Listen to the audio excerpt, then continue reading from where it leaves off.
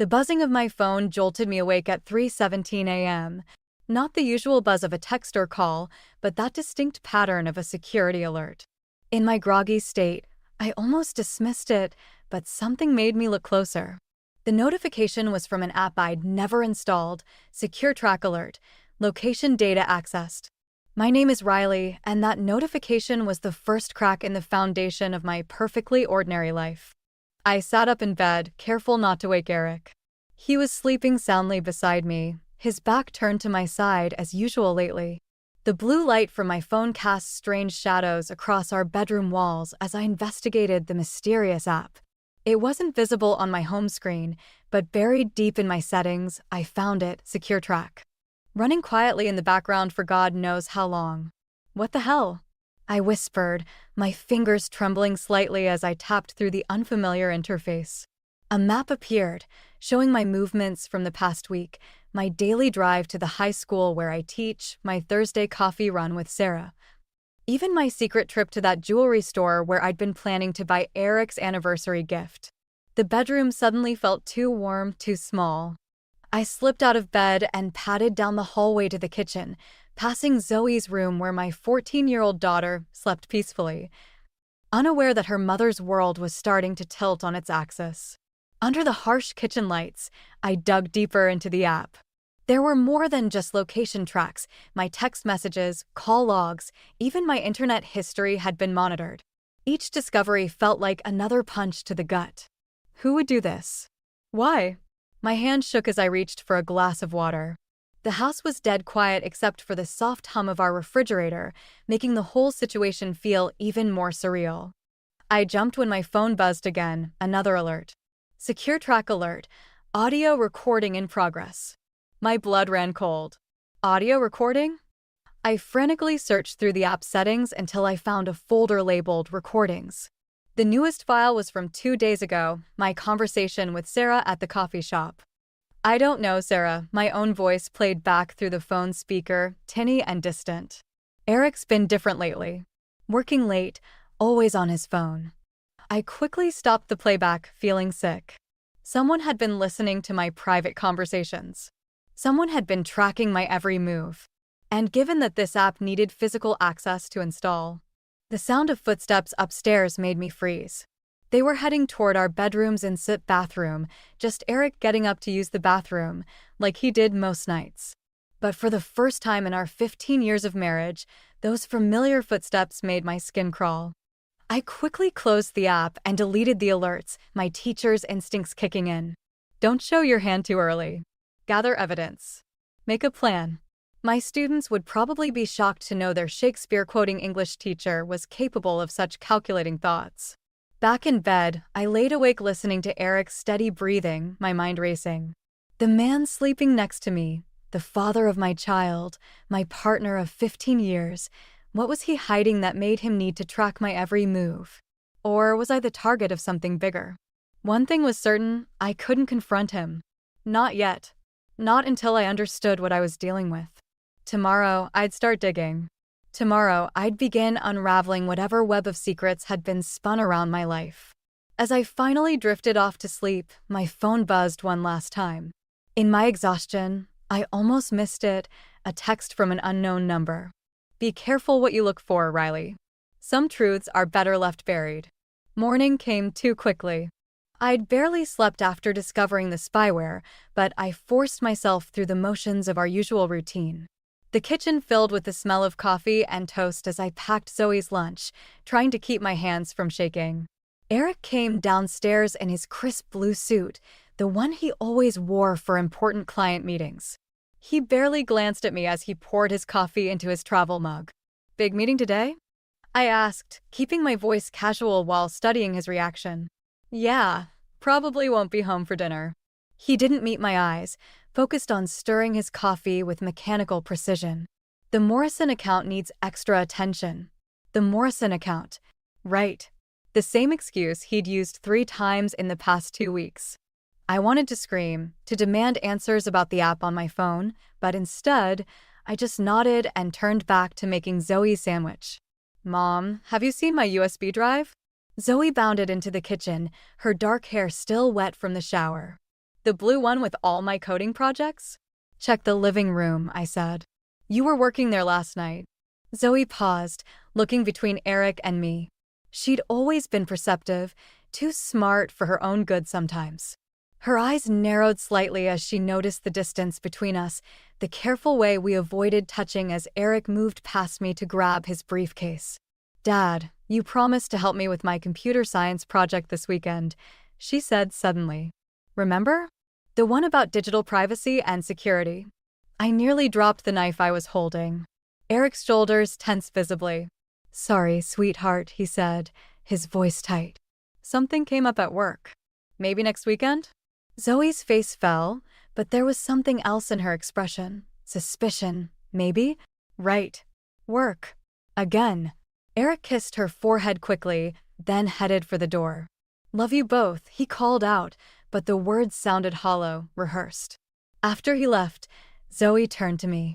Mom, what's going on? What do you mean? I busied myself cleaning up breakfast dishes. Dad's been weird lately. And you. She hesitated. You look like you haven't slept. Plus, you're washing that same plate for the third time. I set the plate down, forcing a smile. Just work stress, honey. You know how it gets during final season. Mom, I'm 14, not 4. Zoe crossed her arms. I know something's wrong. I heard you up last night. Before I could respond, my phone buzzed. Another SecureTrack alert. I snatched it up before Zoe could see, but not before catching a glimpse of the message. Audio recording saved, kitchen, 7:15 a.m. I need to get to school early, I said, grabbing my purse. Teacher's meeting. Will you be okay taking the bus? Zoe's face closed off. Sure. Whatever. The drive to school was a blur. In the parking lot, I pulled out my phone and found Sarah's number. We'd been friends since college, and she worked in IT security. If anyone could help me understand what I was dealing with, it would be her. But before I could call, a new text arrived from the unknown number. Careful who you trust, Riley. Sarah might not be the friend you think she is. My blood ran cold. How did they know I was about to call Sarah? Unless... I looked around the parking lot, suddenly feeling exposed. The spyware must have access to my phone's camera too. A knock on my window made me jump. It was just Dennis from the English department, looking concerned. You okay, Riley? Meeting's about to start. Yeah, coming. I grabbed my things, mind racing. I couldn't trust my phone. Couldn't trust my husband. Maybe couldn't even trust my best friend. But worst of all, I was starting to see cracks in my relationship with Zoe, the one person I was trying to protect from all of this. As I walked into school, another text arrived. Smart girl, your daughter. Maybe she should look into that computer science project more carefully. Lots of interesting things to learn about digital privacy these days. It wasn't just a threat anymore. They were dragging my daughter into this. And that was my breaking point. I found Marcus Lee's office tucked between a laundromat and a Chinese takeout place. The private investigator's weathered face matched his worn leather chair as he reviewed the screenshots I'd taken of the spyware app. SecureTrack Pro, he said, sliding his reading glasses off. High-end stuff. Not something you'd find on the regular market. Can you trace it? He nodded slowly. Already did. Purchase was made 6 weeks ago through a shell company. But here's where it gets interesting. He turned his computer screen toward me. The buyer used your home address for billing. My stomach lurched. Eric. Thing is, Marcus continued, clicking through several documents. The shell company's been busy. Regular payments to a rental property in Oakwood Heights. Nice place. Way too expensive for a single person unless someone else is helping with the rent. The words tasted bitter in my mouth. Bingo. He pulled up a photograph that made my world tilt sideways. Eric, leaving the building with a woman I'd never seen before. She was younger than me, stunning in that effortless way that made me suddenly aware of every wrinkle around my eyes. His hand rested on the small of her back with familiar intimacy. Vanessa Reed, Marcus said quietly. Works at Eric's firm. Junior partner, fast-tracked for promotion. My phone buzzed. Another SecureTrack alert. I ignored it, focusing on the dates beneath the photos. These are from when he said he was working late on the Morrison account. There's more. Marcus hesitated. The spyware. It wasn't his idea. Based on the email trails I found, Vanessa pushed for it. She's been encouraging him to make a clean break. A clean break. My voice sounded strange, distant. From you and Zoe. He slid a folder across his desk. These are copies of everything I found, including. He tapped one document. A consultation with a divorce attorney. Last week. The fluorescent lights suddenly seemed too bright. The smell of Chinese food wafting through the wall made me nauseated. Why the spyware then? If he's planning to leave anyway? Insurance, maybe. Or control. People do strange things when they're living double lives. My phone buzzed again. This time I looked. Having fun with Marcus? Wonder what Eric would think about his wife meeting strange men in secret. I showed Marcus the message. His expression darkened. They're watching you right now. Probably through your phone's camera. He grabbed a post-it note and scribbled something. This is a burner phone number. Use it to contact me from now on. And Riley? His eyes met mine. Be careful. People who use surveillance like this. They're not playing games. Walking to my car, another text arrived.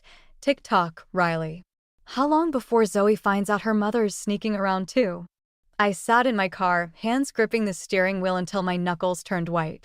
They were trying to gaslight me, make me doubt myself, make me feel guilty for investigating their betrayal. My phone rang. Eric.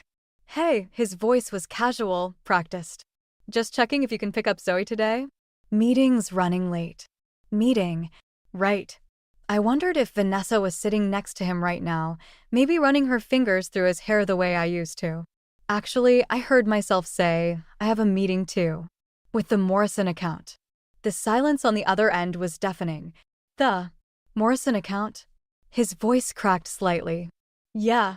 Funny thing about that account, Eric. They closed their business 6 months ago. I started my car.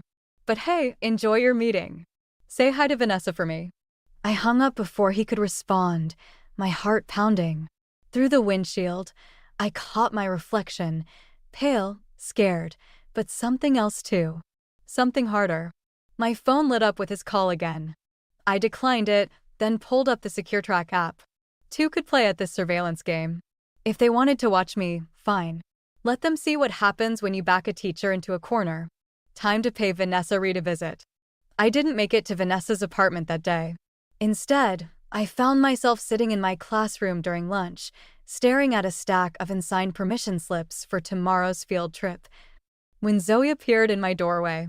You missed breakfast again, she said, dropping her backpack by my desk. And Dad didn't come home last night. I forced a smile. He texted. Late meeting. Stop. Zoe's voice cracked. Just stop lying to me. The fluorescent lights hummed overhead as we looked at each other. My daughter's face had lost its childhood softness somewhere in the past year, replaced by sharp angles and knowing eyes that saw too much. I found something on Dad's laptop, she continued, pulling out her phone. Remember when he asked me to help organize his work files last weekend? My stomach dropped. Zoe. There were emails. Lots of them. To someone named Vanessa. She placed her phone on my desk, screen up. He's planning to leave us, isn't he? Before I could respond, a student appeared at the door. Mrs. Thompson? Principal Warner needs to see you. He says it's urgent. In Warner's office, I found Eric waiting alongside the principal. My husband wore his courtroom smile, the one he used when he was about to destroy someone's credibility on the witness stand. Riley, Warner began, looking uncomfortable. Serious allegations have been made about inappropriate contact with a private investigator during school hours. And there are concerns about your emotional stability affecting your teaching performance. I felt the trap closing. Eric had beaten me to the punch, spinning the narrative his way. Of course he had. He was a lawyer. This was what he did for a living. I'm concerned about you, honey, Eric said, his voice dripping with practiced concern. The paranoid accusations, the secret meetings. This isn't like you. Let me help. Help. Like he'd helped by installing spyware on my phone? Like he'd helped by planning our divorce while playing happy families? Mr. Thompson suggests taking a leave of absence, Warner added. To sort things out. My phone buzzed. A secure track alert, probably recording this whole conversation. Recording how they were trying to paint me as unstable, paranoid, unfit to teach. Unfit to parent? I have documentation, I said quietly, of everything. Eric's smile flickered. Including the spyware you and Vanessa installed on my phone. The shell company. The apartment in Oakwood Heights. I turned to Warner. And recordings of every conversation I've had in the past 6 weeks, including with students and their parents. I wonder how the school board would feel about that level of privacy violation. Warner's face paled. Privacy violation? I'll email you the evidence, I said, standing. But right now, I need to talk to my daughter. She found your emails, Eric. The ones to Vanessa about leaving us. Eric's mask cracked. Zoe found. Yeah. So while you're trying to destroy my career to cover your tracks, our daughter is sitting in my classroom trying to understand why her father's abandoning her. I walked out, leaving them stammering behind me. In the hallway, my phone buzzed again. Not secure track this time, but a text from Marcus. Got something big. Vanessa's not who she claims to be. Meet ASAP. Back in my classroom, Zoe was still there, working on her laptop. Lines of code scrolled across her screen.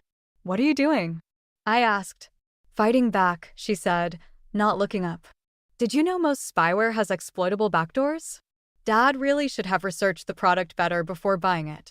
I watched my teenage daughter's fingers fly across the keyboard, her face set in concentrated determination. She looked so much like me at that moment, not the scared, gaslit version of me from the past few weeks, but the stronger version I used to be. The version I needed to become again. Mom? Zoe finally looked up. I found something else in the app's code. Something bad. Really bad. I don't think this is just about Dad's affair anymore. My phone buzzed one final time. A new message, not from the unknown number this time, but from Vanessa herself. We need to talk. Your husband isn't the only one being blackmailed. Meet me tonight? It's not just spyware, Zoe explained, her laptop screen casting a blue glow across her face in Marcus Lee's dimly lit office. It's part of something bigger. Look at these network connections. Marcus leaned forward, squinting at the code. These IP addresses. They're routing through law firms across the state. Dad's firm isn't the only one involved, I said, remembering Vanessa's text about blackmail. How many, Zoe? 17 so far. All using the same spyware package, all connected to a central server. Her fingers flew across the keyboard. And get this, they're all handling high-profile divorce cases. Marcus whistled low. Surveillance footage, private conversations, location data.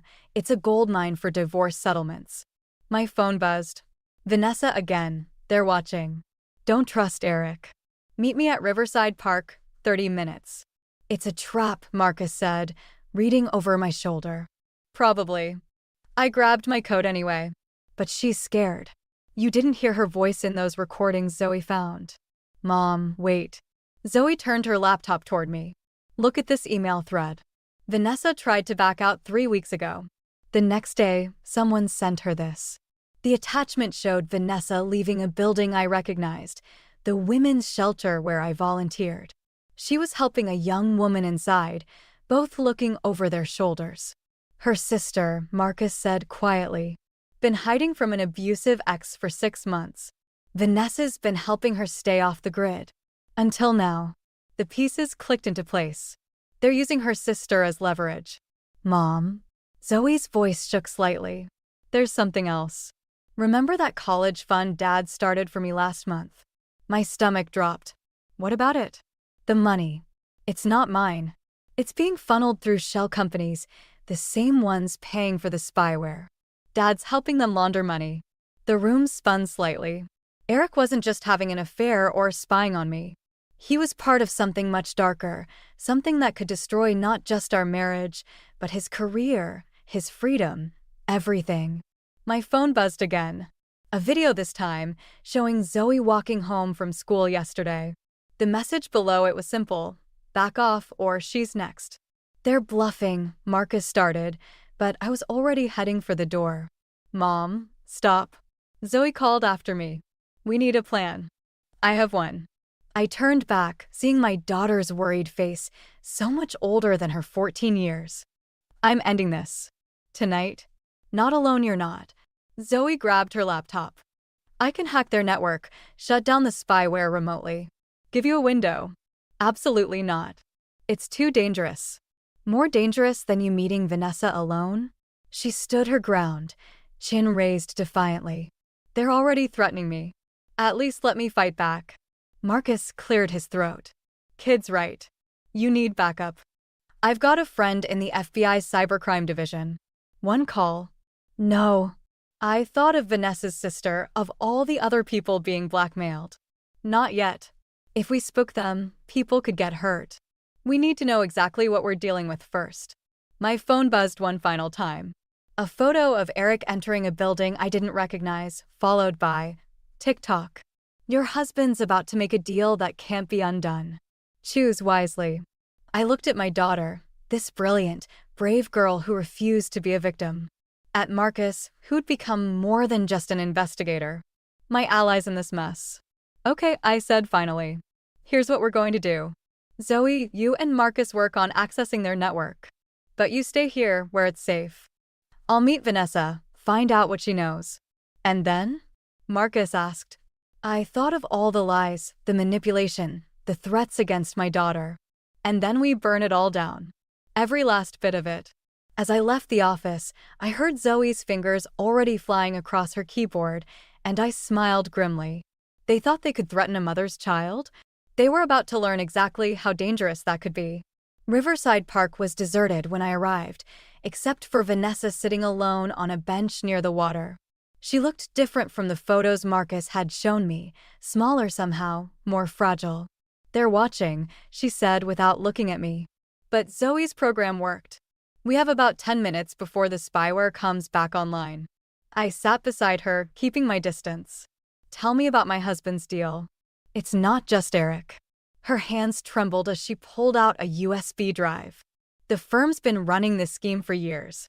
They install spyware on their own clients' devices, gather dirt on both parties in divorces, then use it to manipulate settlements. The money laundering is just a bonus. My phone buzzed. A text from Zoe. Mom, something's wrong. Dad's not at the office. The message cut off as a familiar voice spoke behind us. I really wished you'd stayed out of this, Riley. Eric stepped out of the shadows, and he wasn't alone. 2 men in suits flanked him, their expressions cold and professional. The thing is, Eric continued, moving closer, you were never supposed to find the spyware. That was Vanessa's mistake. He shot her a disappointed look. She got sloppy. Like you got sloppy with the college fund? I stood, positioning myself between him and Vanessa. Money laundering through our daughter's account? That's low, even for you. It's called protecting our future. His smile didn't reach his eyes. Everything I did was for us. The firm's offering me partner, Riley. Real power. All I had to do was prove my loyalty. By spying on your own family? By showing I understand how the game is played. He gestured to the men beside him. Now we can handle this quietly. The firm's prepared to be generous. A clean divorce, full custody of Zoe, a comfortable settlement. All you have to do is walk away. My phone vibrated again. A single message from Marcus, FBI en route. Stall him. And if I don't walk away? Eric's face hardened. Then things get complicated. For everyone. He pulled out his phone, showing me a live feed of the women's shelter, including Vanessa's sister, and maybe even that bright future Zoe has in computer science. Would be a shame if she got caught hacking corporate servers. You'd threaten your own daughter? The words tasted like ash. I'm protecting her, teaching her how the world really works. He stepped closer, voice softening. Come on, Riley. Take the deal. We can all walk away from this. Behind me, Vanessa made a small, broken sound. I thought of her sister, of all the other families torn apart by this scheme. Of Zoe, watching her father reveal his true nature. You're right about one thing, I said quietly. This ends tonight. I pulled out my own phone, turning it toward him. On the screen, a live stream played, Eric's entire confession, broadcasting directly to Marcus's FBI contact and backed up to secure servers. Eric's face went white. You didn't come alone? I finished. Neither did you. Flashlights suddenly illuminated the park as FBI agents emerged from the darkness. Eric's professional friends disappeared like smoke, leaving him standing alone as agents converged. Riley, please, he begged, all pretense gone. Everything I did was for us. For Zoe. No. I watched as agents cuffed him. Everything you did was for yourself. My phone buzzed one final time. An unknown number. This isn't over. The firm protects its own. I looked at Eric being led away, at Vanessa crying with relief as agents assured her about her sister's safety. At the life I'd built crumbling around me. They were right. It wasn't over. The firm would retaliate. My career might be finished. Our savings were probably gone. And somewhere in Marcus's office, my teenage daughter had just watched her father choose power over family. But standing there in the dark, watching Eric's world collapse, I realized something important. Sometimes you have to burn everything down to see what's worth saving from the ashes. My phone buzzed again. Zoe, Mom, you okay? No, I wasn't okay. But for the first time in weeks, I knew exactly what I was fighting for. The holding cell at the federal building wasn't what I expected. Eric sat there in his expensive suit, somehow looking both powerful and pathetic under the fluorescent lights. 2 FBI agents stood outside, but they'd given us privacy for this conversation.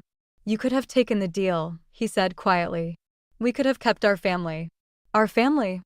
I placed the USB drive Vanessa had given me on the table between us. Let's talk about family, Eric. Let's talk about the 23 other families your firm destroyed this year alone. His jaw tightened. You don't understand how things work in my world. I understand perfectly. I slid printouts across the table, bank statements, emails, surveillance logs. You chose power over people, money over morality. And now you're choosing your firm over your daughter. Leave Zoe out of this. You brought her into this when you used her college fund to launder money. My voice stayed steady, even as my hands shook. When you threatened her future to protect your scheme. A knock at the door made us both jump. Zoe stood there, Marcus right behind her. I hadn't expected her to come, had tried to protect her from this moment. But the determined look in her eyes reminded me so much of myself. I want to talk to him, she said. Eric's face crumpled. Sweetheart. Don't. Zoe sat beside me, her laptop open. I found something in the spyware code. Something Mom doesn't know about yet. My heart stopped. Eric's face went pale. The program wasn't just recording conversations, Zoe continued, her voice trembling slightly. It was fabricating them, creating fake evidence to use against your client's spouses. And Mom? They were building a case against you too. She turned the laptop toward us. Audio files filled the screen, doctored conversations, manipulated photos, a complete fabricated history of inappropriate behavior with students. Insurance, Eric whispered. In case you ever discovered. In case I ever threaten your precious firm? The rage I'd been containing finally boiled over. You were going to destroy my career, take Zoe away from me? The firm required leverage on everyone involved. Even me. He reached for Zoe's hand, but she pulled away. I never wanted to use it. But you would have, Zoe said. Just like you used Vanessa's sister against her. Just like you're using everyone. A commotion outside drew our attention. Through the window, I saw Vanessa being led in by more agents, her face tear-streaked but determined. Behind her came a parade of suited men, senior partners from the firm, their facades of power crumbling as federal agents escorted them in. They're all turning on each other, Marcus said from the doorway. The whole house of cards is coming down. Eric stood abruptly, desperation in his eyes. Riley, please. I can still fix this. The firm has connections, resources. Stop. Zoe's voice cut through his pleading. Just stop lying. Mom found the spyware, but I found the truth. And I'm the one who cracked their encryption. Me. Your daughter. The one you were ready to sacrifice. She stood, gathering her laptop. I used to think you were the smartest person I knew. Now I realize you're just another bully who thought he could control everyone through their secrets. She turned to me. Can we go home now, Mom? Eric reached for her again. Zoe, everything I did was for yourself, she finished. Mom protected me. You just protected your power. As we turned to leave, Eric called out one last time. What happens now? I looked at my daughter, this amazing person who'd grown stronger through all this pain. At Marcus, who'd become a true friend. Even at Vanessa through the window, who'd finally chosen truth over fear. Now, I met Eric's eyes one last time. Now we rebuild. Without you. Walking out, Zoe slipped her hand into mine. Behind us, Eric's world continued to unravel, but ahead of us stretched something new, a future built on truth instead of secrets, strength instead of power, love instead of control. My phone buzzed one final time. A message from the school board, position secure. Evidence of firm's manipulation clear. When can you return to teaching? I smiled, squeezing Zoe's hand. We had a lot of healing ahead, but for the first time in months, the path forward was clear. 6 months later, I stood in our new apartment, watching Zoe set up her computer station in what used to be our dining room. The space was smaller than our old house, but somehow it felt more like home. Mom, Zoe called out, excitement in her voice. The cybersecurity program accepted me for their summer workshop. I moved to look at her acceptance email, remembering how different things had been half a year ago. The trial was still ongoing, but Eric had pleaded guilty to reduced charges in exchange for testimony against the firm. The scandal had rocked the legal community, exposing similar schemes at law firms across the state. My phone buzzed. A text from Vanessa. Coffee tomorrow? Sarah's coming too. We need your input on the shelter's new security system. That had been unexpected, how Vanessa had transformed from perceived enemy to ally. After everything settled, she'd thrown herself into helping other women escape controlling relationships, using her insider knowledge of surveillance tactics to strengthen the shelter's protection protocols. Think fast. Zoe tossed me a small package. Inside was a USB drive shaped like a key. It's clean, she added with a grin. I checked. We could joke about it now, but those weeks of discovering the spyware had changed us both. Zoe had channeled her pain into purpose, becoming the youngest intern at Marcus's new cybersecurity consulting firm. And I, Professor Thompson? A student's voice called from my laptop. Right. Office hours. Even through video chat, teaching felt different now.